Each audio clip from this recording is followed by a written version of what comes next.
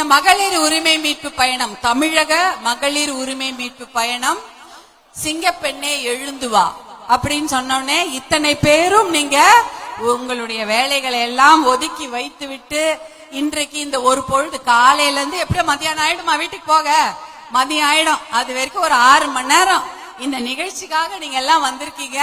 அது எவ்வளவு பெரிய தியாகம்னு எனக்கு தெரியும். ஏன்னா எவ்வளவு வேலை இருக்கும். ஆண்கள்னா அப்படி கிடையாது. ஒரு மீட்டிங் போனா என்ன பண்ணுவாங்க, குளிச்சிருவாங்க, ஒரு வெள்ளை வேட்டி வெள்ளை சட்டை எடுத்து போட்டுக்கிட்டு கிளம்பிடுவாங்க. நமக்கு அப்படியா, வீட்டை பூட்டணும், யாராவது வீட்டுல இருந்தா சாப்பாடு செஞ்சுட்டு வரணும், அதானே. பழைய பெரியவங்க இருப்பாங்க, தாத்தா பாட்டி இருப்பாங்க, அவங்களுக்கு சாப்பாடு செஞ்சு வச்சுட்டா வரணும். அப்படியெல்லாம் கிளம்பிட முடியாது. டக்கு டக்குன்னு ஒரு குளிச்சுட்டு ஒரு புடவை கட்டிக்கிட்டு எல்லா வேலையும் நம்ம செய்து விட்டுதான் வரணும். அப்ப பெண்கள் ஒரு விஷயத்தை செய்ய வேண்டும் என்றால் அவங்களுக்கு நிறைய நேரம் ஆகும். அவங்க அது இரட்டை சவால், ஒரு சவால் இல்ல.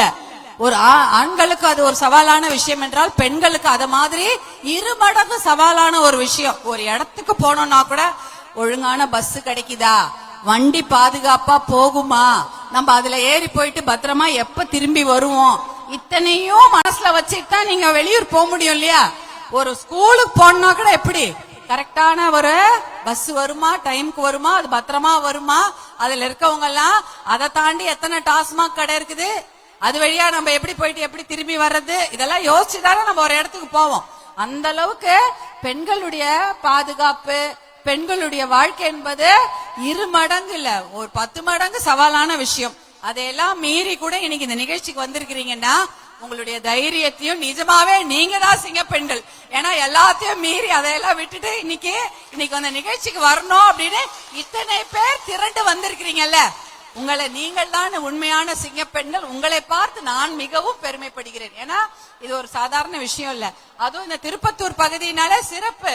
ஏதாவது மலை, நேற்று முழுக்க நான் 2-3 ஊருக்கு போயிட்டு வர, மலை அடிவாரம் பக்கத்துல தானே இந்த ஊரு, ஏலகிரி மலை பக்கத்திலே இருக்குது. ஏலகிரி மலைக்கு எல்லாரும் போயிருப்பீங்க, சுற்றுலாக்கு போயிருப்பீங்களா? இருந்தாலும் ஏதாவது ஒரு நிகழ்ச்சி பக்கத்திலே இருக்குது. உங்களுக்கு பக்கத்திலே ஒரு மலை, ஒரு சுற்றுலா தலம் போயிருக்கிறீங்க. ஜவ்வாது மலை இருக்கிறது, அப்புறம் ஜலகம் பாறையா அந்த நீர்வீழ்ச்சி, அது மழை காலத்துல கொஞ்சம் தண்ணி வரும் மாதிரி உங்களை சுத்தி சுத்தி சுற்றுலா தலமா தான் இருக்கு. அதுக்கு எல்லாரும் போயிட்டு வருவீங்க ஜாலியா இல்லையா? குடும்ப நிகழ்ச்சிகள் எல்லாரும் போயிட்டு வருவீங்க. அதை இன்னும் அழகான சுற்றுலா தலமாக மாற்ற முடியுமா? என்ன பண்ணலாம், அந்த இடத்துல இன்னும் மிகப்பெரிய ஒரு சுற்றுலா தலமாக அதை மாற்றினா நிறைய பேருக்கு வேலை வாய்ப்பு கிடைக்கும் இல்லையாமா? ஒரு சின்ன சின்ன வியாபாரிங்க அங்க கடை போடலாம், ஒரு சின்ன சாப்பாடு கடை, ஒரு டீ கடை, ஒரு ஏதாவது பலசரக்கு கடை, இல்லைன்னா ஒரு சாமான்கள் விற்கிற கடை எல்லாம் போட்டு எவ்வளவு பேர் அங்க வியாபாரம் செய்யலாம், வணிகர்கள் உருவாவார்கள், தொழிலதிபர்கள் உருவாவார்கள். அந்த மாதிரி இதை சுற்றுலா தலமாக அதிகமாக செய்யலாம். அடுத்தது பாத்தீங்கன்னா இது முதல்ல பெரிய மாவட்டம், எது வேலூர் மாவட்டம் பெரிய மாவட்டம். பாட்டாளி மக்கள் கட்சி தான் மிகப்பெரிய போராட்டங்களை நடத்தி அந்த மாவட்டத்தை 3ஆ பிரிக்கிறாங்கன்னா அதுக்கு அழுத்தம் கொடுத்து செய்ய வைக்கிறாங்க. இப்ப சின்ன வயசுல நீங்க குழந்தைங்க இருக்குன்னு வச்சுக்கோங்களேன், அரசாங்கத்துல எல்லாம் அப்பெல்லாம் ஒரு போட்டி நடத்துவாங்க, கொழு குழந்தைகள் போட்டி. அதெல்லாம் பாத்திருக்கீங்களா? பேப்பர்ல வரும், கொழு குழந்தைங்க அப்படின்னு ஒரு போட்டி வைப்பாங்க. குட்டி குழந்தைங்கள யார் கொழுன்னு இருக்கிறாங்க அப்படி போட்டி வச்சு அந்த அப்படின்னா கொழுன்னு இருக்குதுன்னா அந்த குழந்தை நல்லா ஆரோக்கியமாக இருக்கிறது, அதற்கு எந்த ஒரு நோயும் இல்ல அப்படின்றதுனால பரிசு கொடுப்பாங்க. ஆனா வளர்ந்த அப்புறம் அந்த மாதிரி கொடுக்க முடியுமா? குண்டா இருந்தா என்ன சொல்லுவாங்க, எல்லாம் நிறைய வியாதி வரும், அதனால எல்லாரும் என்ன பண்ணணும், வாக்கிங் போங்கன்னுவாங்களா இல்லையா? உடம்பு கொஞ்சம் பெருசாயிட்டா நிறைய நோய்கள் வரும். நோய் வருமா இல்லையா? சக்கரை வரும், சுகர் வரும், மாடிப்படி ஏறும்போது கஷ்டமா இருக்கும், வேகமா நடக்க முடியாது. அதனால எதுவுமே கொஞ்சம் அந்த பெருசா இருந்ததுன்னா அதுக்கு உடம்புல வியாதிகள் அதிகமா இருக்கும்னுவாங்க. அதே போல நம்ம நிறைய பாக்குறோம். முன்னாடி எல்லாம் ஒரு குடும்பம், ஒரு வீட்டுல ஒரு 5-6 தலைமுறைகள் ஒன்னா இருப்பாங்க.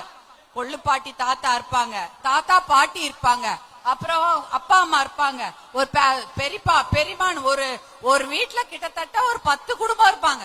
இன்றைக்கு அப்படி கிடையாது. ஏன்னா அப்ப என்ன பண்ணாங்க, ஒரு விவசாயம் பண்ணிட்டு இருந்தாங்க, அவங்க வீட்டுக்குள்ளேயே விவசாயம் பண்ணுவாங்க, அதாவது அவங்களுடைய தோட்டத்திலே விவசாயம் பண்ணுவாங்க, கழனியில விவசாயம் பண்ணுவாங்க. அதுக்கப்புறம் கல்யாணம் பண்றதுலாம் எங்க பண்ணி கொடுப்பாங்க? பக்கத்து தெருலயே பண்ணிடுவாங்க. பெரிய வெளியூருக்குலாம் அனுப்ப மாட்டாங்க, சொந்தத்திலேயே கொடுத்துருவாங்க, இல்லன்னா பக்கத்து தெருல கொடுத்துருவாங்க, இல்ல பக்கத்து ஊர்ல தான் கொடுப்பாங்க. வெளி மாநிலத்துக்கோ வெளி மாவட்டத்துக்குலாம் கொடுக்கவே மாட்டாங்க. ஐயோ, அவ்வளவு தொலைவுக்கு யார் போறது? ஆடி வருஷம் தூக்கின்னு போனோம், தீபாவளி வருஷம் தூக்கின்னு போனா 2 மணி நேரம் டிராவல் பண்ணணும், 2 மணி நேரம் பயணம் பண்ணணும், அதெல்லாம் வேணாம், பக்கத்து தெருலயே கொடுத்துருவோம் எல்லாமே பண்ணுவாங்க. அதனாலதான் இப்ப ஒரே வீட்டுல ஒரு 10 குடும்பம் கூட இருந்தாங்க.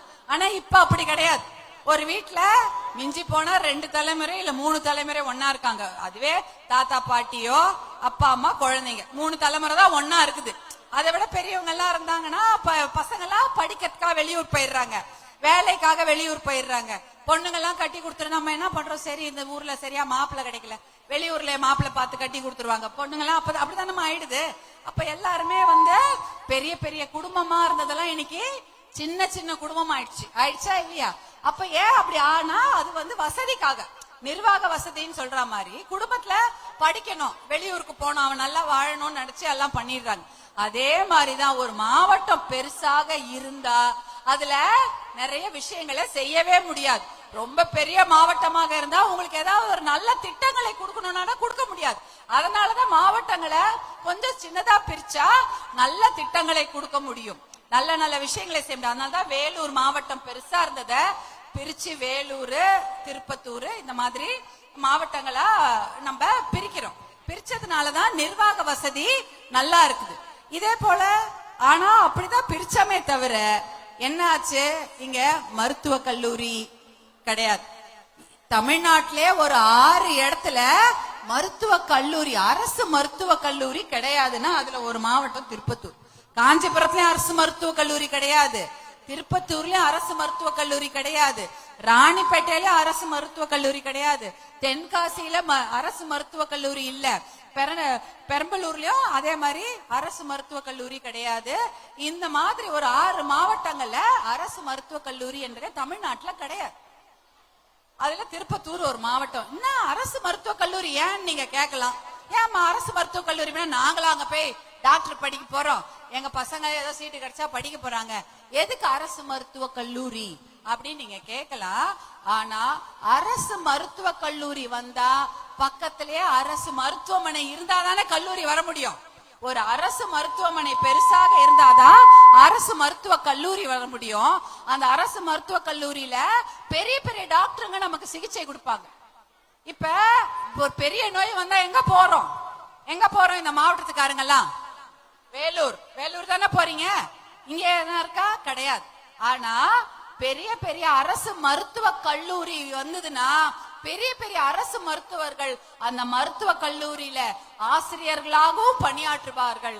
அதே சமயம் அதுல இருக்கக்கூடிய அரசு மருத்துவமனையில நோயாளிகளுக்கு இலவசமாக மருத்துவ உதவிகளையும் அவங்க செய்வாங்க. அதற்காக தான் ஒரு மாவட்டத்திலயும் அரசு மருத்துவ கல்லூரி இருக்கணும்னு கண்டிப்பாக பாட்டாளி மக்கள் கட்சியில் நம்ம சொல்லிட்டே இருக்கிறோம். உங்க மருத்துவர் அன்புமணி இருக்காருல்ல, உங்க எல்லாருக்கும் தெரியும். மருத்துவர் அன்புமணி அவர்கள் 2004 இருந்து 2009 வரை அங்க சுகாதாரத்துறை அமைச்சராக டெல்லியில் இருக்கும் பொழுது தமிழ்நாட்டுல இந்தியா முழுக்க அவர் அமைச்சர், இந்தியா முழுக்க அவர் நல்ல திட்டங்களை கொண்டு வருகிறார். அதே சமயம் தமிழ்நாட்டுல இந்த மாதிரி எந்த இடத்துல எல்லாம் அரசு மருத்துவமனைகள் இருக்கோ அதை தரம் உயர்த்தி அரசு மருத்துவ கல்லூரியா கொண்டு வர்றாரு. Super speciality hospital, medical college அதெல்லாம் கொண்டு வராரு. தர்மபுரி, சேலத்துல எல்லாம் கொண்டு வந்திருக்காங்க.